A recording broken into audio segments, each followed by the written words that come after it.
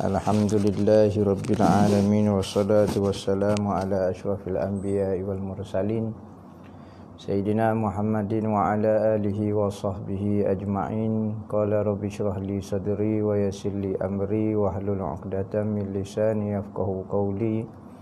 Subhanaka la ilma lana illa ma 'allamtana innaka antal alimul hakim. Wa la haula wa la quwwata illa billahil aliyyil azim. Nawaitu ta'alu wa ta'lim wa tazakkura wa tazkira wa nafa'a wal intifa' wal ifadah wal istifadah wal hassa 'ala tamassuki bi kitabillah wa sunnati rasulih wa du'a ila al-huda wa dalalata 'ala al-khair ibtigha'a wajhillah wa qurbihi wa sawabihi subhanahu wa ta'ala. Allahumma inni as'aluka ilman ladunni wa mashraba safihani ya wahabu ya ghani. Qala al-muallif rahimahullahu ta'ala wa nafa'ana bihi wa bi'ulumihi fid dharain amin. Rabbi yassir wa la tu'assir wa tamim bil khair wa la haula wa la quwwata illa billahil aliyyil azim. Amma ba'du, assalamu alaikum warahmatullahi wabarakatuh. Berkata al-Imam Abu Isa Muhammad bin Sawrah At-Tirmizi dalam kitab Syama'il dia, sehinggalah perkataan dia bab yang ke-51, nama-nama Rasulullah sallallahu alaihi wasallam. Jadi Nabi ni ada banyak nama. Nabi ni ada banyak nama. Ada riwayat kata sampai 1000 nama. 1000 nama. Allah Ta'ala juga ada banyak nama. Ada riwayat kata Allah Ta'ala ni ada 3000 nama. 3000 nama. 1000 nama itu diketahui oleh malaikat-malaikat. 1000 diketahui oleh para nabi-nabi. 300 dibubuh dalam kitab Zabur. 300 dibubuh dalam kitab Taurat. 300 dibubuh dalam kitab Injil. Dan 99 di dalam Al-Quran. Tinggal satu lagi nama yang tidak diberitahu. Ada dalam kitab sebut nama itu merupakan Ismul A'zam. Ismul A'zam ni nama Tuhan yang paling mulia sekali. Maka antara senjata lah bagi wali kutub lah pada masa dia adalah Ismul A'zam. Maka Ismul A'zam ni, siapa dia berdoa dengan menggunakan nama Ismul A'zam, maka sangat mustajab doa dia. Maka satu nama dirahsiakan. Ada kata nama itu tertulis di kain pelekat Nabi Allah Ibrahim alaihissalam. Tapi itu tidak pastilah disebut di dalam kitab-kitab. Kata nama Tuhan tu ada 3000. Nama Nabi Muhammad ada kata 1000 nama. Ada kata 500 nama. Banyaklah riwayat-riwayat Tapi biasanya orang Arab banyak nama menunjukkan kemuliaan seseorang. Biasanya kalau seorang itu banyak gelaran dan nama menunjukkan kehebatan dan kemuliaan dia. Ada benda yang banyak nama tetapi tidak mulia. Tetapi kebanyakannya lagu tu. Nama-nama Nabi. Nabi Muhammad ni bukan nama Muhammad saja. Nama dia ada nama Ahmad. An Muhammad bin Jubair bin Mut'im an abihi qala Rasulullah sallallahu alaihi wasallam inna li asma'an ana Muhammadun wa ana Ahmadu wa ana al-mahi allazi yamhullahu biyal kufra wa ana al-hashir allazi yuhsyarun nasu ala qadami wa ana al-aqib allazi laisa ba'dahu nabiyyun. Katanya Nabi SAW, sesungguhnya bagi aku itu beberapa nama. Akulah Muhammad. Muhammad ni maknanya orang yang paling banyak dipuji. Muhammadun, asal daripada hamada yuhammidu Muhammadun, isim maf'ul pada kalimah hamada. Hamada ini kerap kali dipuji.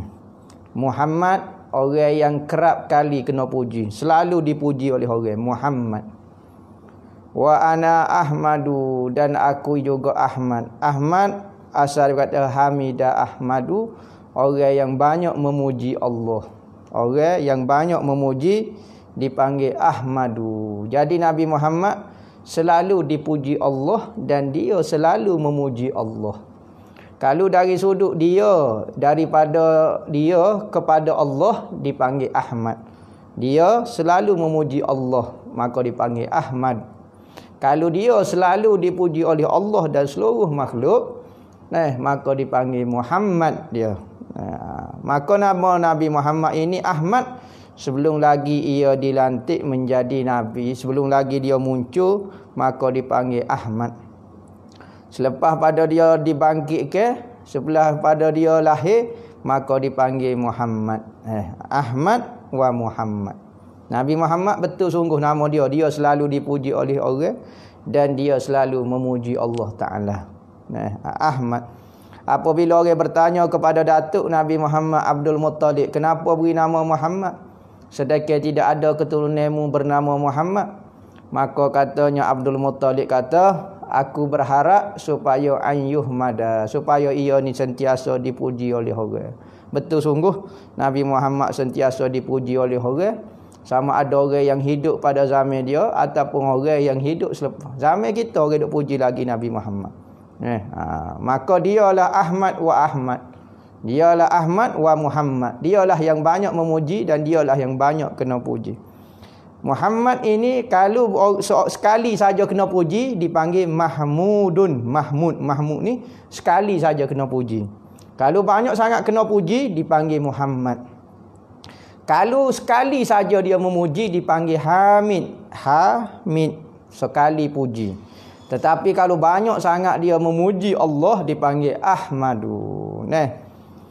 Wa anal mahi, dan katanya Nabi Muhammad, aku juga al-mahi, gelarku yang menghapuskan. Apa maksud menghapuskan? Kerana Allah Ta'ala menghapuskan kekufuran dengan sebabku. Apabila dibangkitkan aku, maka hilang segala kekufuran. Maka gelar aku penghapus. Penghapus segala kekufuran. Wa anal hasyir, dan nama aku juga hasyir. Kenapa apa? Kerana manusia dibangkitkan di belakang tapak kakiku. Berarti manusia dibangkitkan menurut aku belaka. Pada hari kiamat, liwaul hamdi biyadi. Liwaul hamdi, bendera pujian itu di tanganku, katanya Nabi Muhammad. Adam wa madunahu tahta liwa'i. Nabi Adam sendiri dan semua selain daripada Nabi Adam yang soleh-solehin berada di bawah benderaku, bendera hamdi. Bahkan katanya Nabi Muhammad, Allah Ta'ala pun sebut umat Nabi Muhammad ni pada hari akhirat dipanggil ummatun hammadun. Umat yang sangat banyak memuji Allah Ta'ala, banyak berterima kasih, banyak sebut Alhamdulillah. Tak tahulah kenapa Allah Ta'ala menyebut kata kita ni sebagai ummatul hammadun, umat yang banyak memuji Allah. Berkali pok kita ni banyak sebut Alhamdulillah, Alhamdulillah, Alhamdulillah. Jadi siapa dia nak duduk di bawah bendera Nabi diwaul hamdi, maka banyak menyebut Alhamdulillah.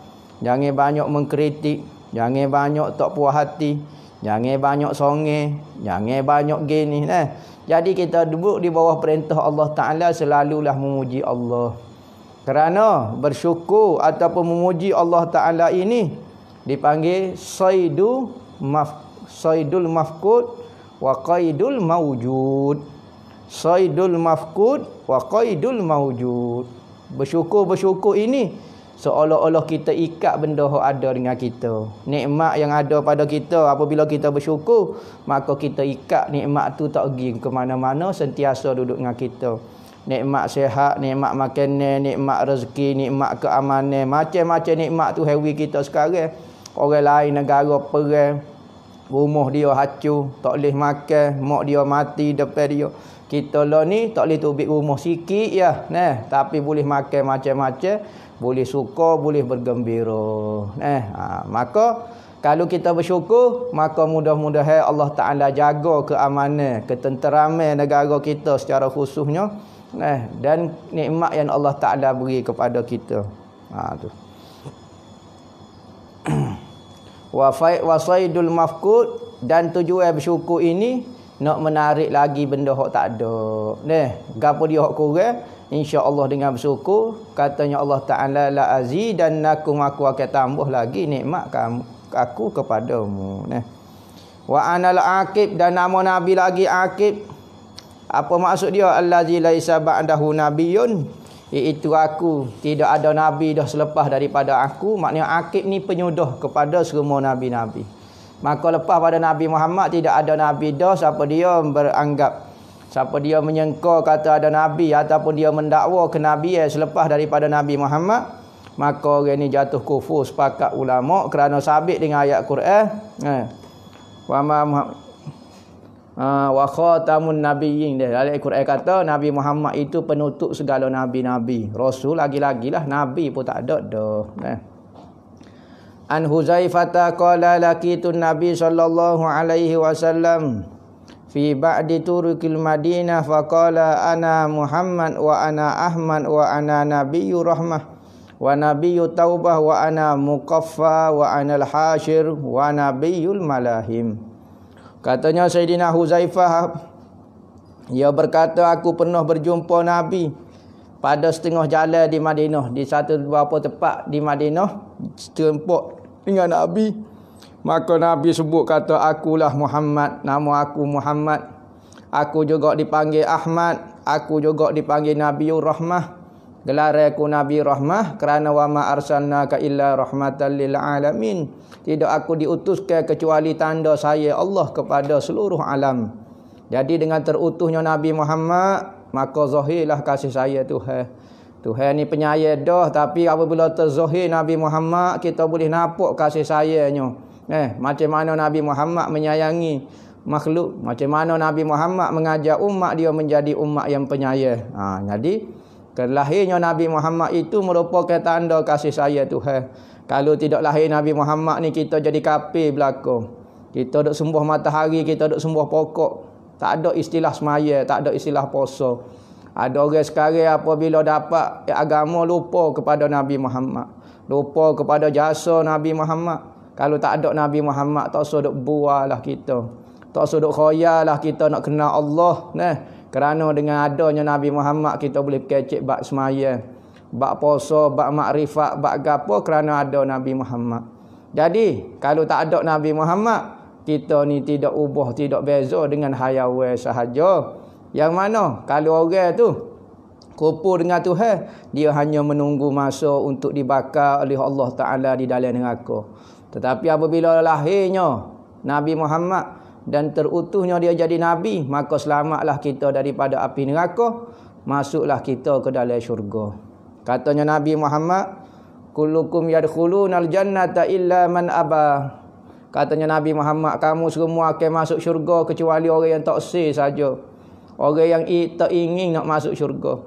Maka katanya sahabat, ya Rasulullah, wa man ya'ba ya Rasulullah, siapa dia kau taksir nak masuk dalam syurga Allah Ta'ala yang penuh dengan nikmat? Katanya Nabi Muhammad, faman ata'ani dakhalal jannah wa man asani faqad aba. Katanya Nabi Muhammad, siapa dia taat kepada perintahku, suruhanku dan laranganku. Nabi Muhammad wayak lagu ni. Berpegang dengan Tuhan, taat dengan Nabi Muhammad, arah dan perintah daripada Nabi Muhammad. Nabi Muhammad wayak lagu ni. Orang-orang arif billah pesan, kita ni hidup mesti berpegang dengan Allah Ta'ala 100%, tetapi ikhlasnya dengan Nabi Muhammad. Aku maksud ikhlas dengan Nabi Muhammad menurut segala perintah-perintah yang dibuat oleh Nabi Muhammad, yang dimelalui Allah Ta'ala juga. Tetapi ikhlas dengan Muhammad, berpegang dengan Tuhan. Aku rahmah, maka dengan sebab akulah, siapa dia yang melawan aku, wa man asani faqad aba, sesungguhnya dia enggan untuk masuk syurga. Maka Nabi Muhammad ni Nabi rahmat sungguh. Kalau kita baca dalam sirah Nabi ni macam-macam lah menunjukkan kasih sayang Nabi Muhammad. Aku Nabi taubah, Nabi yang banyak bertaubat. Bapa Nabi berdosa? Dok, Nabi bertaubat ni kerana taubat itu ibadat. Ada riwayat kata Nabi bertaubat daripada makam yang rendah. Apabila Nabi naik makam yang tinggi, Nabi terasa. Makam yang rendah tu makam makrifat dah tu. Makam yang tinggi yang mulia dah di situ masih rasa rendah lagi, rasa berdosa kalau duduk makam macam tu. Maka apabila duduk makam yang tinggi, Nabi kata berdosa makam yang rendah sana. Maka dia sebut astagfirullah. Maka Nabi Muhammad sentiasa makrifat dia naik setiap detik, setiap nafas, setiap maka sebab itulah dia beristighfar. Kerana makam rendahnya, makam hak dia naik hak tinggi, dia rasa rendah hak tu, maka dia istighfar. Aku juga dipanggil Muqaffa, Nabi yang Muqaffa. Iaitu Muqaffa ni apa dia? Nabi yang menyusu. Lepas pada Nabi lain, maka akulah yang menyusunya. Dipanggil Nabi yang menyusu Nabi-Nabi lain. Aku juga Hasyir, yang menghimpunkan manusia. Aku yang menghimpunkan manusia pada mahsyar, semua duduk menahung di bawahku belaka. Wa ana nabiyyu malahim, dan aku juga Nabi malahim, Nabi berperang. Malahim ni maknanya berperang. Asal dia kata lahmun. Lahmun ni maknanya daging. Apa kaitan daging dengan peperangan? Ya perang ni, apabila perang ni daging kulit manusia bersentuh dengan kulit orang lain. Maknanya berkecamuk dia panggil. Manusia duduk gitu. Rapat lagu tu perang. Orang tak perang jauh-jauh. Orang zaman ni nakut perang. Tembok pistol, ping jauh jelak. Dok orang zaman dulu mari berani sungguh berdepan. Demo bawa pedang, saya bawa pedang. Maka dekat-dekat kulit, maka dipanggil malahim, bersentuh kulit, berdaging. Maka sebab tu peperangan dipanggil malahim. Malahim, iaitu Nabi yang ada disyariatkan berperang. Bab yang ke-52, kehidupan Rasulullah. Lagu mana kehidupan Rasulullah? Dulu kita mengaji dah lagu mana Rasulullah berbuah. Hak ni kehidupan secara umum lah, dari sudut zuhud Nabi, dari sudut makanan, dari sudut gitu. Sedangkan sebelum ni kita mengaji dah bab kehidupan Rasulullah. Jadi alhamdulillah lah orang yang boleh mengaji kita ni boleh kenal Nabi Muhammad. Kita sebagaimana kita kenal la ilaha illallah, mengenai ketuhanan, supaya kita yakin Allah Ta'ala ni Tuhan, maka kita kena yakin juga Nabi Muhammad sebagai Rasul. Muhammad Rasulullah. Maka orang tanya Muhammad mana yang Rasulullah? Muhammad yang saya mengaji dalam Syama'il Muhammadiyah itulah yang Rasulullah. Muhammad ni ramai. Ada orang mengaku Muhammad ni jadi Nabi.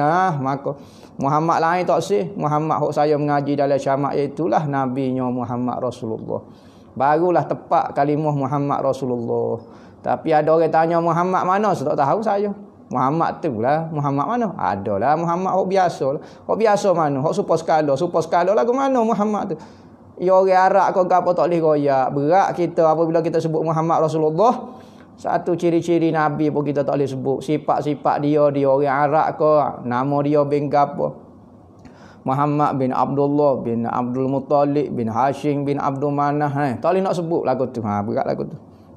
Jadi kita kena mengaji bab Muhammad Rasulullah. Jadi ambo antara sebab ambo pilih kitab ni, kitab Muhammad Rasulullah ni, kitab Syama'il ni, kerana bab la ilaha illallah ni ramai dah orang duk bahas bab tauhid. Dan kita alhamdulillah kita khatam rasa sebelum daripada puasa hari tu, kita khatam dah kitab Misbahul Munir, kitab mengaji bab la ilaha illallah. Ni kita ngaji bab Muhammad Rasulullah. La ilaha illallah kena kenal, Muhammad Rasulullah juga kenal. Ada orang ngaji la ilaha illallah, Muhammad Rasulullah tak kenal. Ya kena kenal dua-dua. Kerana itulah akidah kita, la ilaha illallah Muhammad Rasulullah. Hatta dalam syurga pun dua kalimah ni bergandingnya. La ilaha illallah Muhammad Rasulullah. Lepas pada kalimah Allah, Muhammad selalu. Allah dengan Muhammad bergandingnya. Ditulis di kaki-kaki arah, ditulis di daun-daun syurga, ditulis di pitu-pitu syurga, ditulis di bidadari syurga, ditulis di kening-kening malaikat. Mun kalimah la ilaha illallah Muhammadur Rasulullah berlaku. Hatta di kaki arash, yang paling tinggi sekali pun ditulis kalimah la ilaha illallah Muhammad selalu. Allah Muhammad Rasulullah. Ada orang ni tak boleh tengok. Kadang-kadang kata Muhammad tak boleh dah, dia kata syirik. Allah Tak apa gantung, jangan gantung kalimah Muhammad. Tu manusia, jangan gantung, jangan hormat ke dia. Kerana dia tu makhluk, boleh membawa kepada syirik. Ni fatwa Saudi punya pukulan. Saudi. Ada ulama Saudi buat gitu. Berat sungguh. Payah mengucap lagu mana? La ilaha illallah Muhammad Rasulullah. Kau mengucap la ilaha illallah saja. Kita la ilaha illallah Muhammad Rasulullah. Gantung Allah dengan Muhammad. Dalam syurga pun gantung dua lagu tu. Tak ada syirik pun. Kau dalam syurga ada benda-benda yang syirik. Pelik sungguh manusia dah. Kalau guna akal semata-mata, ilmu tak ada. Sebab itulah kita apabila kita rasa akal kita ni terhad, ikut akal ulama, ikut fahaman ulama yang menilai sesuatu bukan guna akal, guna ilmu yang banyak. Kita ni banyak guna akal lah. Nikah online lah, berapa dia lah, berapa zakat online tak apa pula. Macam-macamnya jawabnya pota belik sipu rohuk tak tahu alik jatuh. Kehidupan Rasulullah.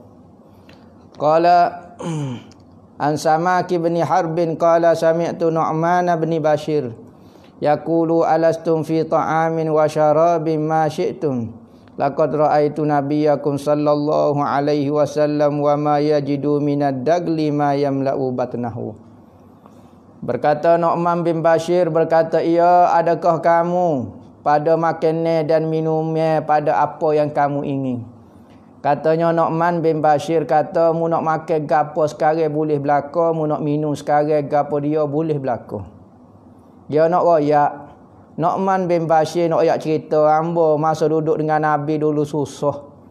Duduk dengan Nabi ni susah.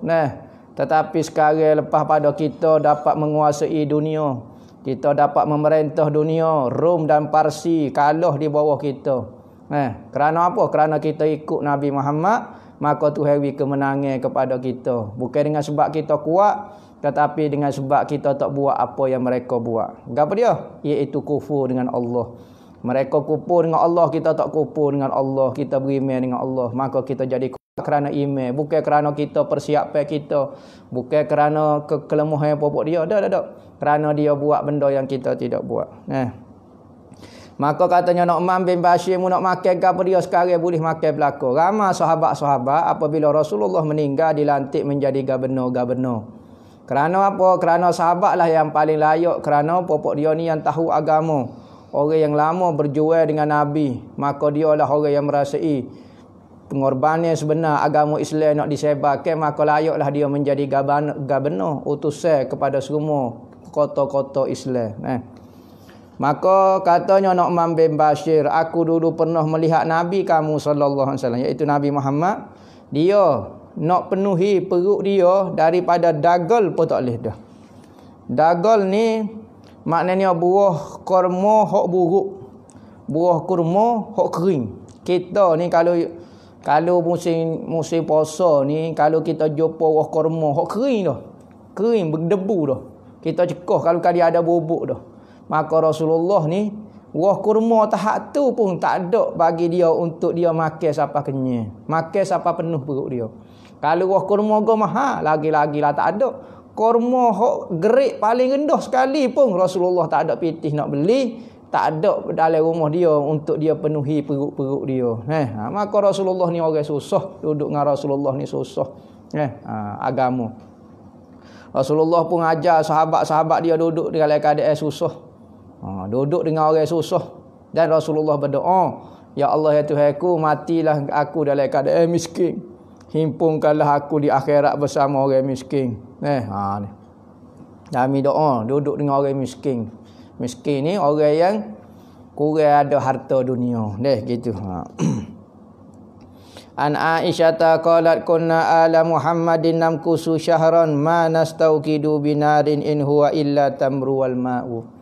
Berkata Sayyidina Aisyah, berkata ia kami semua ahli keluarga Nabi, yakni isteri-isteri Nabi dan orang yang duduk dalam rumah Nabi, isteri Nabi. Keluarga Nabi sendiri. Kadang-kadang kami berdiam di rumah sebulan. Kami tidak menghidupkan api kecuali yang ada hanyalah buah tamar dan air. Katanya Sayyidina Aisyah. Sayyidina Aisyah ni isteri paling muda dan Rasulullah menikah dengan dia masih anak dara. Berarti katanya adalah satu hadis, perempuan yang paling aku sayang adalah Aisyah. Manakala lelaki pula adalah ayahnya, iaitu Sayyidina Abu Bakar. Maka setara yang Rasulullah saya pun tak ada makan berapa hari? 2 hari, 3 hari, sebulan. Ada riwayat kata 2 bulan, ada riwayat kata 3 bulan. Rasulullah tak menghidupkan api di dapur. Yang ada hanya air kosong dan buah tamar sahaja. Ada riwayat kata buah tamar dan garam sahaja. Buah tamar dengan garam. Kita, kalau suami kita, kita dulu nikah dengan suami kita, ingat orang agama hidup mewah laga apa dia? Hidup miskin, hidup tak ada makan Nabi pun royak lagu tu dah. Duduk dengan Nabi patutnya kaya lah, patutnya mewah lah. Sebab dia tu kekasih Tuhan, dia nak minta gapo dia mustajab belaka, dia nak kemewahan, nak dunia boleh. Tetapi Nabi Muhammad miskin dia tu pilihan dia, bukan kita ni miskin juga, tapi miskin ittirari, terpaksa. Ikut kita nak kaya tetapi kita terpaksa jadi miskin kerana orang miskin. Tapi Nabi miskin dia ikhtiari, pilihan dia. Sedangkan Allah Ta'ala nak memperlawakan dia nak jadi raja. Untuk jadi raja lagi, jadi Nabi lagi. Raja yang adil lah, raja yang Nabi. Maka bukit-bukit di Mekah, bukit-bukit di Madinah tawar kepada Rasulullah untuk jadi emas. Supaya apa? Bukit jadi emas, kaya lah Rasulullah. Tapi Rasulullah kata ayyama syamami. Ya tak sanggup, tak sih bukit-bukit lagu tu. Maka orang yang sanggup hidup dengan Rasulullah betul-betul dapat akhirat sahaja. Jadi isteri-isteri Rasulullah sanggup bertahan duduk dengan Rasulullah bukan nak mencari harta dunia. Sebab tu kalau nak cari harta dunia tak usah nikah dengan Nabi lah, nikah dengan orang lain. Tetapi semua isteri-isteri Rasulullah bahkan merayu kepada Rasulullah jangan cerai dia. Seperti Saudah, seorang isteri dia yang sudah tua dah. Maka Rasulullah nak cerailah dia. Maka Saudah kata, ya Rasulullah, tak usah cerailah hamba ya Rasulullah. Giliran saya hadiah ke giliran saya ni kepada Sayyidina Aisyah. Tak apalah mu tak mari. Hak penting aku mati, biar mati sebagai isterimu ya Rasulullah. Tak ada dah pangkat yang boleh mengatasi isteri Rasulullah. Biarlah aku mati sebagai isterimu. Biarlah tak ada makanan pun duduk denganmu. Kerana orang nak duduk dengan Rasulullah ni bukan calai-calai orang. Kalau orang dunia tak boleh duduk dengan Rasulullah. Sehingga apabila Rasulullah wafat, Sayyidina Aisyah pun terikut-ikut perangai Rasulullah. Dapat harta emas banyak, beribu-ribu dinar. Tetapi dia bagi daripada pagi sampai ke petang. Habis tak ada sepelesing habuk. Sehingga hamba dia kata, wahai tuan, wahai Sayyidina Aisyah, tak taruh ke sedikit harta untuk kita beli makanan malam ni? Katanya Sayyidina Aisyah, kalau Rasulullah dulu taruh, aku akan taruh. Tapi aku tak taruh sebab Rasulullah tak taruh. Apa tak royak awal? Boleh saya taruh lah Rp1 2 nak buat beli tepung. Tak belilah. Jadi tak ada makanan. Ni hidup tarbiyah Rasulullah. Ni cara hidup. Kita ni nak agama, nak Islam, tapi nak kemewahan, nak gapo. Nak hidup di dalam agama, nak hidup senang. Tak usah hidup susah, tak usah hidup payah, tak usah hidup gapo. Bukan kata Islam tu menyuruh kita jadi sesak. Tak. Nak jadi kaya tidak ada masalah. Tetapi kalau kita nak Islam lagi, nak agama lagi, nak kesenangan, katanya Allah Ta'ala, aku tidak menghimpunkan dua cinta di dalam satu hati. Aku tidak menghimpunkan dua cinta di dalam satu hati. Di dalam hati kita ada cinta kepada Allah dan cinta kepada dunia. Sedangkan Allah dengan dunia ini bermusuh. Allah Ta'ala kata dunia itu musuhku. Ad-dunya. Adullah. Dunia itu adalah musuh Allah. Dia adalah ujian yang aku cipta untuk kamu hadapinya. Maka dia bukan kekasihku. Maka jangan kamu himpunkan di antara musuh, iaitu aku dengan dunia di dalam satu hati. Dalam hati kamu. Berarti kamu pilih. Kamu nak dunia ataupun nak aku. Kalau mau nak aku, insya-Allah dunia akan ikut. Tetapi kalau mau pilih dunia, aku tak akan ikut. Lagu tu. Katanya Allah Ta'ala dalam satu hadis kursi kepada dunia. Wahai dunia, jika kamu melihat manusia itu, seorang hamba itu berkhidmat kepadaku, katanya Allah Ta'ala, maka berkhidmatlah, fastakhdam, berkhidmatlah kepada dia. Katanya Allah Ta'ala, hai dunia, apabila mu tengok seorang hamba aku berkhidmat kepadaku 24 jam, buat usaha dakwah, buat usaha agama, mengajar rata-rati, pergi dakwah orang masuk Islam, mengajar, ajak orang buat baik 24 jam, maka nampak dia tu mencari aku, maka katanya Allah Ta'ala, hai dunia, khidmat kepada dia. Tetapi kalau melihat seorang hamba aku berkhidmat, mencari, mengejar kamu wahai dunia, fastakhdami, maka buat dia jadi hamba betul-betul. Kalau mu tengok seorang hamba ku itu mengejar-ngejar kamu, maka kamu buat dia sebagai hamba. Jangan beri apa-apa tapi paksa dia. Cuba kita lihat orang yang mencari dunia. Kita tengok kadang-kadang suami dengan isteri setahun sekali saja berjumpa. Suami duduk overseas, kerja gini, setahun sekali baru jumpa, wak mari letak beg, tukar beg lain, pergi pula kerja. Tak pernah ada kehidupan. Isteri tak pernah tengok, anak-anak tak pernah tanya khabar, masing-masing sibuk dengan dunia. Hak ni kerja, penat kelik siapa rumah tidur, hak ni pula kerja, anak pun tak tanya khabar. Maka kehidupan lagu ni dunia semata-mata. Tak salah kita bekerja, tetapi apabila kita kerja lagu ni, siapa perikat tak ada akhirat, semaya pun tidak semaya, puasa tak taat Tuhan, tak wi zakat, tak buat apa, maka orang ni betul-betul kejar dunia. Tu tak makan. Kita kalau tak makan gak mengepek. Tak ada makanan sehari mucung dah. Tak ada makanan sehari. Janji dulu masa nak nikah dulu sehidup semati, memang sehidup semati sungguh. Orang ni nak hidup, orang ni nak mati. Sebab apa? Demo dulu hamba ingat nikah dengan demo kaya boleh makan go ni lah. Demo nak nikah dengan kekayaan hamba, bukan nak nikah dengan hamba. Kalau nak nikah dengan saya lah. Ni nak nikah dengan awak tapi nak harta. Tak boleh lah, saya tak ada harta, nak saya sudah. Ada satu kisah. Kisah apa dia? Kisah Ibnu Hajar. Ibnu Hajar dengan saing dia Imam Ramli. Ibnu Hajar ni dia bersaing rapat dengan seorang nama dia Imam Ramli.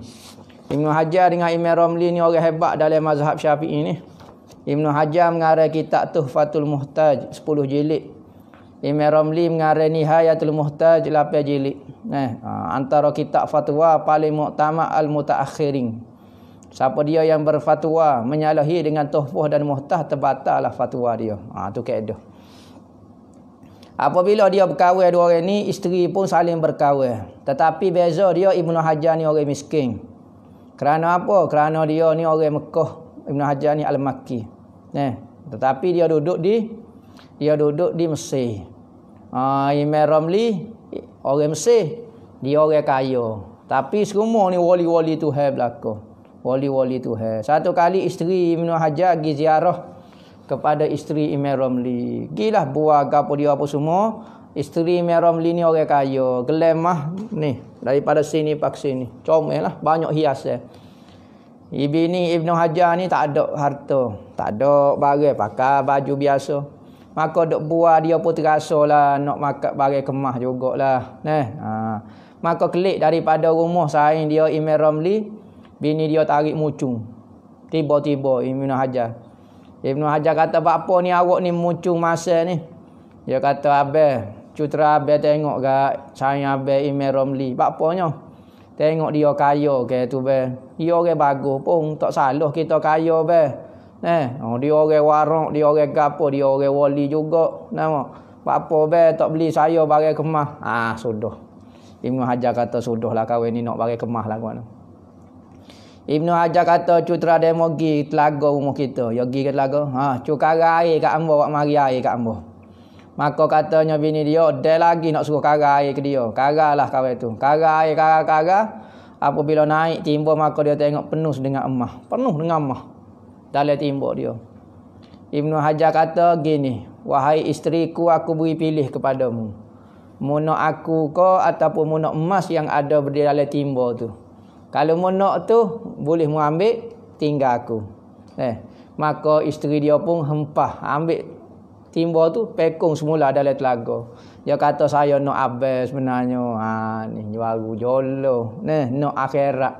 Sebab tu kalau orang suami dan isteri mesti kena satu matlamat. Semua nak redha Allah, semua nak akhirat. Kalau salah seorang tu nak dunia, dia jadi selesai selalu. Hak ni nak akhirat, hak ni nak dunia. Allah payah selalu lagu tu.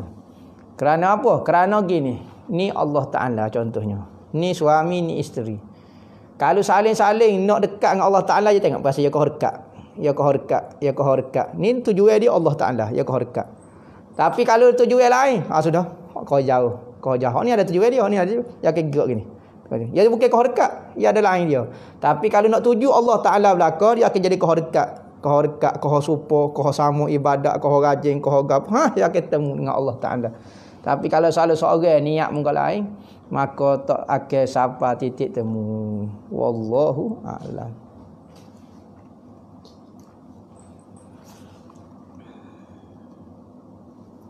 Niat dan cara untuk ganti solat untuk arwah ayah. Saja aku sembahyang fardu zuhur qada lillahi ta'ala, kerana Allah Ta'ala. Cuma niat lagu itulah, niat sembahyang qada. Cuma kita qada tu kerana ayah kita. Tak payah sebutlah saya qada tu untuk ayah saya. Maknanya kita sebut saja aku qada sembahyang tu kerana Allah Ta'ala. Cuma kita qada tu ingat untuk ayah kita.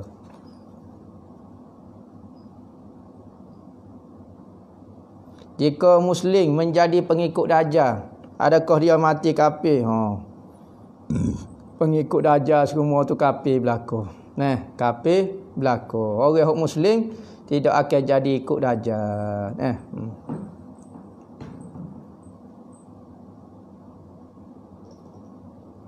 Hukum jual barang aksesori untuk orang kafir yang belum anjing, apa hukum dia? Misalnya tali tekuk ke apa dia apa semua. Tak apa benda lagu tu. Tali tekuk ke apa dia aksesori. Tak ada masalah. Ingat pegang anjing ni tidak salah dah. Menurut mazhab kita boleh pelihara anjing.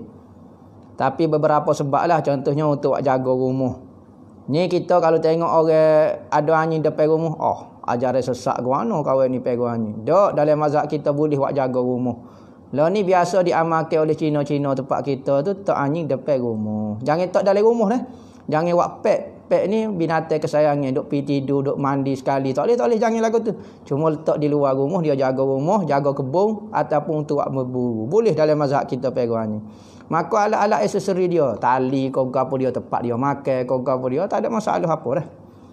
Bahkan kita kena buat baik kepada binatang yang kita pelihara.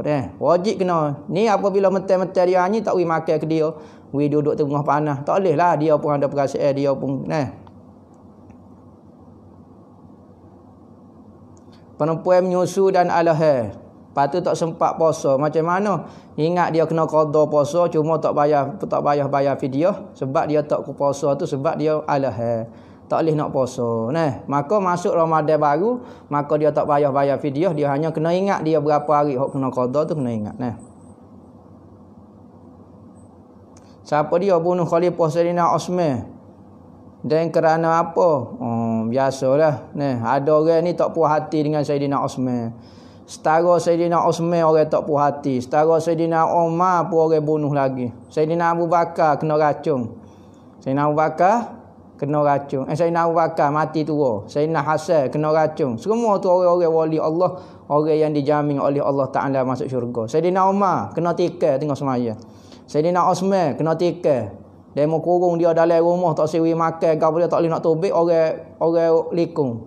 Dia akhir sekali marilah orang terjun daripada bumbu rumah, tikar dia tengah baca Al-Quran. Sayyidina Ali mati kena tikar juga, kena kapok tengah tobek semaya subuh dan mau tunggu atas beranda tu. Pas Sayyidina Ali mari pau kena atas muka sini. Berkembur darah habis. Mati belaka. Siapa dia bunuh? Hak ni kita kata ada orang ni gini. Kalau dia ni bukan kumpulan dia tak selalu, tak puas hati selalu kalau orang naik. Orang lain naik. Setara Sayyidina Osman pun ada orang kata mu merentah tak betul wahai Osman. Kata kepada Sayyidina Umar, mu merentah tak betul. Pada ayat kata Sayyidina mu merentah tak betul. Ni politik lagu ni. Naik setara hak jujur dah ni. Omar, Osman, Ali ni tak ada dah. Orang yang kalau kita tengok tak ada dah kecacatan dah. Dak ada lagi kumpulan dipanggil Khawarij. Khawarij ni selain daripada kumpulan dia semua sesat belaka. Nah, ni lah ni jolo ni. Nak guling kerajaan ni kumpulan Khawarij ni. Naik saja siapa dia, berak guling selalu. Sebab tu dalam Ahlus Sunnah wal Jamaah tak boleh menggulingkan kerajaan, hukum dia haram. Sekalipun kerajaan tu pemerintah tu zalim ataupun pemerintah tu bunuh orang tiap-tiap hari, berzina tiap-tiap malam, minum arak tiap-tiap saat. Maka selagi mana dia tu mengucap la ilaha illallah, maka haram kita gulingkan dia. Maka kerajaan tu dipanggil kerajaan Islam. Kerana apa? Kerana orang Islam yang memerintah. Nah, sekalipun Islam yang tidak sempurna, tetapi sudah dipanggil kerajaan Islam dah. Nah, lagu tu. Dalil dia, ulama kata kalau kita benar ke orang guling kerajaan, jadi lagu ni. Sayyidina Osman naik tu nyobunuh. Hak ni naik. Tengok, Sayyidina Muawiyah naik.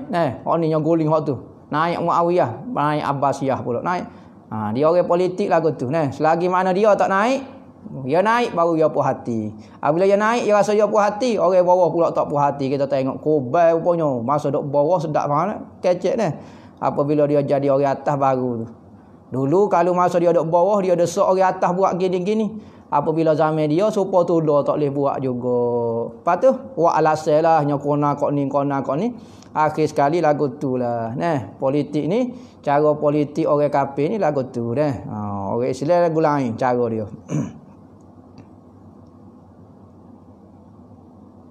Hukum pakai minyak wak tambah jebing boleh kau tak boleh, tak ada masalah. Wak tambah jebing kau gapo dia nak suruh bau kau gapo dia tak ada masalah. Jangan ada benda tu unsur najis. Kalau ada unsur najis tengok. Tak ada kau cara lain, misalnya terpaksa lah. Misalnya minyak bong ni dia letak darah kelawar ni najis lah. Boleh ke tak kita comot? Kalau lah hanya cara lagu tu paling mujarab, maka dibenarkan kerana ia dipanggil rawatan jugalah. Masuk dalam kategori rawatan perubatan. Maka boleh tapi kena basuh lah najis nah. Boleh kodok perempuan makan obat hik, hilang hik supaya boleh puasa sebulan. Boleh, hukum dia harus selama mana obat tu tidak memberi mudarat kepada dia. Kalau dia obat tu membawa mudarat, lepas pada puasa dia akan jadi masalah, jadi seguguk ke apa dia, maka haram hukum dia kerana menyakiti tubuh dia. Kalau tak ada efek kepada dia, boleh hukumnya harus.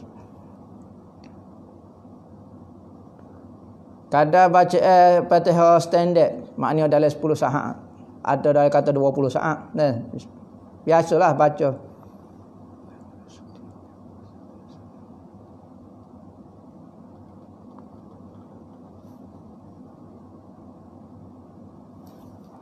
Pencuri yang telah bertaubat, adakah dia kena mengaku? Tak payah mengakulah. Ingat, moleknya orang yang buat benda-benda yang kena hukum hudud, afdalnya apabila dia nak bertaubat, sunatnya dia jangan heboh kepada orang. Jangan wak naik isu dia ni kepada Tok Qadi ataupun hakim mahkamah. Kerana apabila naik hukumnya dia akan kena hukum hudud. Maka bertaubatlah dia, senyap-senyap lagu tu, insya-Allah Tuhan terima taubat dia. Tetapi barang-barang hok kait dengan manusia tu dia kena beri semula. Orang yang berhadas besar baca maksurat boleh, hukum dia syarat niat amalan itu sebagai zikir dan wirid. Orang hik baca surah Kahfi ayat 1-10 niat wirid boleh, hukum dia. Cara Nabi Muhammad makan kurma. Nabi Muhammad makan kurma lagu ni lah. So dia kunyah, dia isap siapa hilang. Siapa tinggal butir saja deh. Kulit selaput di kulit pun dia makan juga. Lepas pada dia makan, dia tak pegang dengan tangan kanan. Dia makan tangan kanan, dia akan pegang tangan kiri. Ini. Ada kata dia letak alik kau ni, dia makan kau ni. Butir dia letak ke belakang tapak tangan. Ada letak kau ni. Ada letak kau ni. Dia makan, kadang kambing ada, dia makan kau kambing. Dia makan. Jadi dia letak butir dengan makan dengan tamar dalam tangan. Tangan kanan. Butir kita letak dia ni. Makruh. Sebab tu kita kalau dalam pinggir jangan letak tulis sekali dengan makanan. Hukum dia. Jadi benda tu tak molek. Sisa makanan dengan makanan tu jangan letak sekali. Macam makanan dalam pinggir tu. Tak bekas suku. Nabi tangan kanan tengok ajar kebersihan. Makan tangan ni dia tak setuh lah. Dia tak setuh. Tangan kiri. Sebab apa? Sebab bekas mulut kita. Okay? Setara Nabi tu memang orang tak ada kembang dengan Nabi, tapi Nabi nak ajar. Bukan kata Nabi ambil dengan mulut ni orang tak marah. Takut tu. Tip terbaik kuat hafalan. Kuat hafalan ni pertama pertama nak suruh kuat hafalan ni puasa lah. Ni amalan hamba lah. Puasa kurangkan makan. Otak akan jadi bijak. Kedua, bangun tahajud. Tahajud ni kita sujud lama, mudah otak tu apabila kita sujud lama tu darah yang akan pergi di kepala. Apabila pergi di kepala, otak kita akan dapat oksigen banyak, oksigen penuh. Maka otak jadi bijak. Lepas tu doa lah dengan Tuhan, tertuduh lah. Doa dengan Tuhan, minta Tuhan buka futuh. Makan benda-benda manis. Makan benda-benda manis, jangan makan benda masak, benda-benda mengarut. InsyaAllah otak akan jadi kuat hafalan. Baca lepas pada semaya 11 kali. Lepas pada semaya baca 11 kali. Sanukri'uka fala tansa. Baca otak atau kepala. Sanukri'uka fala tansa. Sanukri'uka fala tansa. Sekat tu baca. 11 kali dah.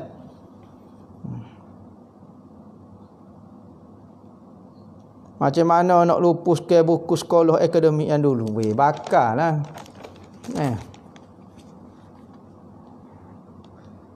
Adakah Nabi pernah pakai baju lengan pendek semasa solat? Hamba tak tahu. Rasa tak ada jumpa lagi.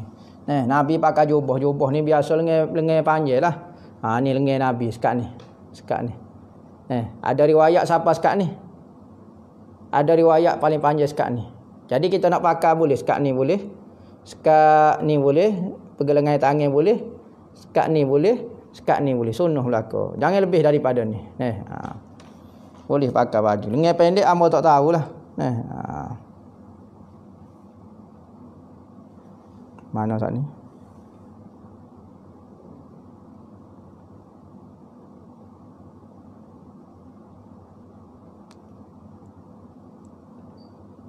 Apa orang pakai pakaian seperti ulama tetapi tidak mendalami ilmu agama pun. Gini.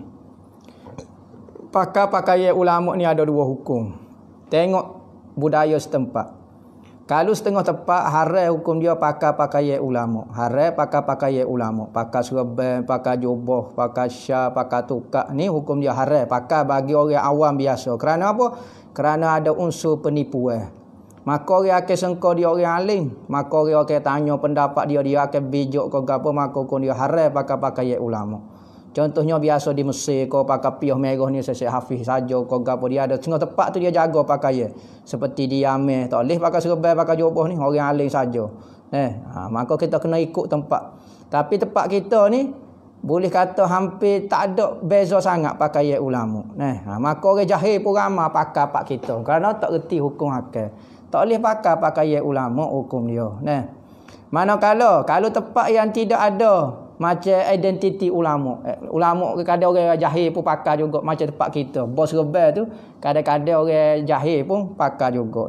Asal minat agama pakai serban pak gapo dia. Tidak menunjukkan dia tu orang alim. Maka kalau pakai serban tak menunjukkan orang alim, maka pakai pakaian serban kau gapo tidak jadi haram. Ingat Jadi berjaga-jagalah orang kalau kita bukan orang ngaji agama, tidak pandai jangan pakai. Kalau kita nak pakai boleh. Time kita bangun tahajud malam-malam, kita pakai jubah, pakai serban banyak.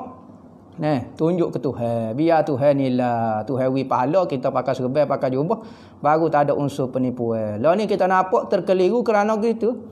Pakai serban, subhanallah, besarnya lah. Pakai jubah, kecek Masya Allah, kecek arak sikit tu gak. Terkeliru masyarakat. Sebab membawa kepada penipuan tu jadi haram.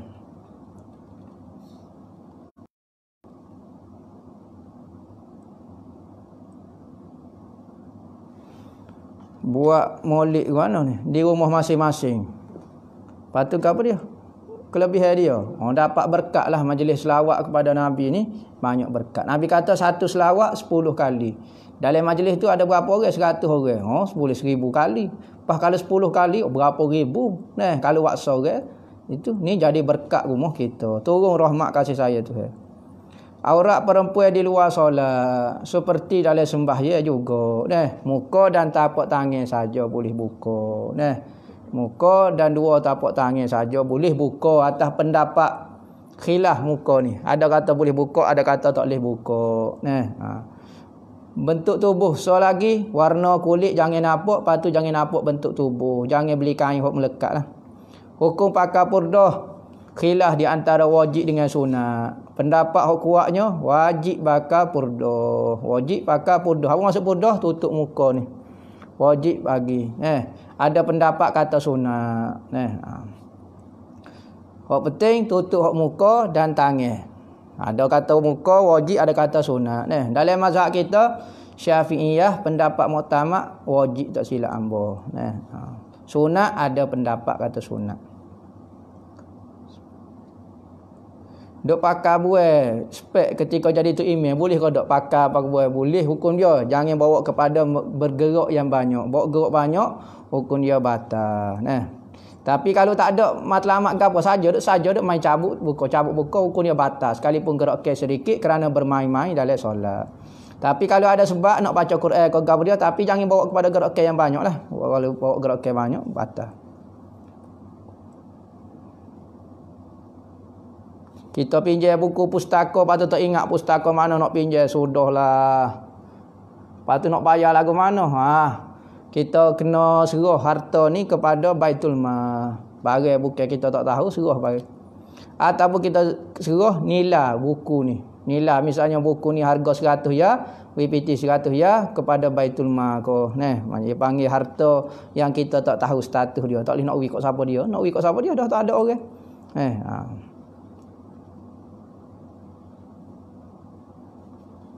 Beza wirid latih dengan ratib haddad. Ratib haddad hamba sebut dah dulu. Ratib haddad tujuan dia nak berkait dengan akidah.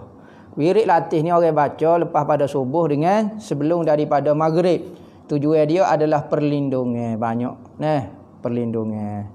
Jadi lain-lain tu wirdul latih dengan ratibul haddad. Ratibul haddad orang baca sekali saja lepas maghrib ke. Manakala wirdul latih lepas pada maghrib subuh dengan sebelum maghrib.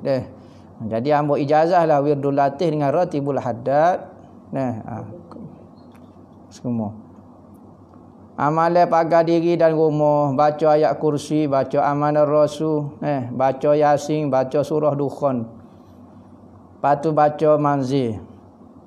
Baca manzil, baca yasin, baca dukhan, baca dalam tu ada ayat kursi dah lah manzil. Baca pada air, bubuh garam sikit. Air tu kita buat mandi boleh, kita buat genjih-genjih dalam rumah. Cadai bubuh dalam spray dalam rumah, so mudah dalam rumah. Tak dalam bilik, so kalau ada gapo-gapo spray kawasan. Ataupun bubuh dalam bekas, ambil kecil kecil itu. Boleh juga. Doa Nabi mencerahkan mata. Doa Nabi mencerahkan mata antaranya tak tahulah Nabi. Cuma biasanya makan carrot lah, carrot susu. Carrot ni molek untuk kulit dan mata. Lepas tu apa dia macam-macam ada guna madu, titik madu lepas tu bersihkan mata. Pedih tu sikit. Lepas tu lagu mana ketika orang azan wa asyhadu anna Muhammadar Rasulullah kata marhaban bi zikrillah taala qurrata ayunin nabika ya Rasulullah. Siu lepas tu sapu di mata niat untuk cerah mata. Baca pakashafna angka kita akafa basarukal yauma hadid. Cara solat tasbih biasalah 300 kali semaya 300 kali tasbih 10 kali setiap gerak ke. Setiap kali gerak ke kira 15, kira 15 hak lain 10 belaka.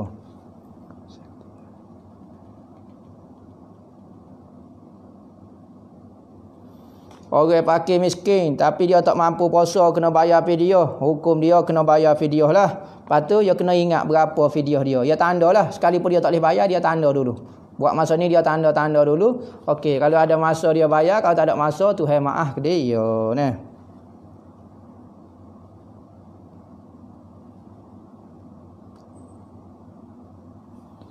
Ulama yang belajar pada usia 40 tahun. Ramai ulama belajar usia pada tua. Salah satunya Imam Zakaria Al-Ansari. Zakaria Al-Ansari ni umur 70 tahun baru mengaji. Dia ada 2 orang anak. Anak dia aling dalam usul pekoh seorang. Aling dalam pekoh kau apa dia. Tiap-tiap hari dia mari atas anak dia mengajar. Akhir sekali orang cuik dia. Dia kata, Pak Cik tak malu kau dok. Anak Pak Cik 2 orang ni aling. Pak Cik jadi driver ya. Maka apabila dia lagu tu, dengar lagu tu dia terasa tercabar. Maka start daripada tu dia mengaji. ngaji jadi alim. Maka jadi ulama besar dalam mazhab kita nama Syekh Zakaria Al-Ansari.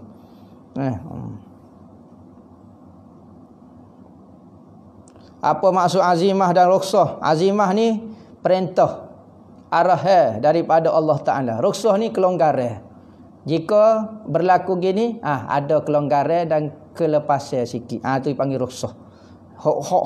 Hukum asal azimah dipanggil. Azimah dipanggil. Kalau rukun kelonggaran dipanggil rukhsah. Amalan menghilangkan cepat marah, jangan marah. Banyak selawat ke Nabi. Banyak Nabi ayat dah kalau kita nak marah, banyak selawat ke dia. Mandi ke setuh dengan air. Gerak. Kalau kita tengah bangun, kita duduk. Kalau kita tengah duduk, kita baring. Jangan layan sangat marah. Dia jadi kita ni, jadi nak cepat marah ni sebab kita suka layan. Marah sikit, kita pun ikut dia. Marah sikit, kita ikut. Nafsu lagu tu lah. Kena belajar, sabar sikit. Lama-lama akhir sekali hilang marah. Kena sabar. Ini perlu dilatih dah.